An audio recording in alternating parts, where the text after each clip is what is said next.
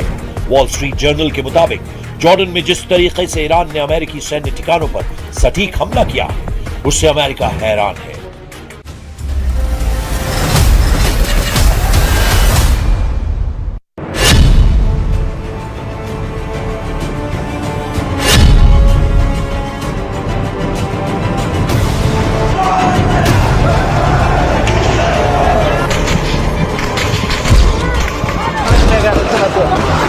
पाकिस्तान सुलग रहा है। पीओके और बलोचिस्तान के बाद अब खैबर पख्तूनख्वा से मुनीर को चुनौती देने वाली तस्वीरें आई हैं। खूब नारे लगे हैं। मतलब एक साथ तीन बगावत से जूझ रहे हैं पाकिस्तान के फील्ड मार्शल आसिम मुनीर। खैबर पख्तूनख्वा में विरोध, बलोचिस्तान का आंदोलन और पीओके का आक्रोश, ये तीनों मिलकर मुनीर एंड कंपनी की जड़ें हिलाने के लिए तैयार हैं। तीनों जगहों से लगातार बगावत की तस्वीरें आ रही हैं। लोगों का पाकिस्तान की सेना पर गुस्सा फूट रहा है। वर्दी वाले, ये वर्दी वाले, ये वर्दी वाले, ये कैप्टन कर्नल, ये कैप्टन कर्नल, ये मेजर जनरल, ये मेजर जनरल, ये मेजर जनरल, ये मेजर जनरल, ये वर्दी वाले, ये वर्दी वाले, ये वर्दी वाले। लेकिन ये तो कुछ भी नहीं है। जम्मू कश्मीर से आई इस तस्वीर ने तो पाकिस्तान के हुक्मरानों की नींद उड़ा दी होगी। इसको देखने के बाद पाकिस्तान का कठपुतली प्रधानमंत्री शहबाज शरीफ सो नहीं पा रहा होगा और फील्ड मार्शल मुनीर की बेचैनी बढ़ गई होगी। धड़कनें तब बेकाबू हो गई होंगी जब अमेरिकी राजदूत सरजेई गोर का बयान सुना होगा। जम्मू कश्मीर के मुख्यमंत्री उमर अब्दुल्ला से मुलाकात के बाद अमेरिकी राजदूत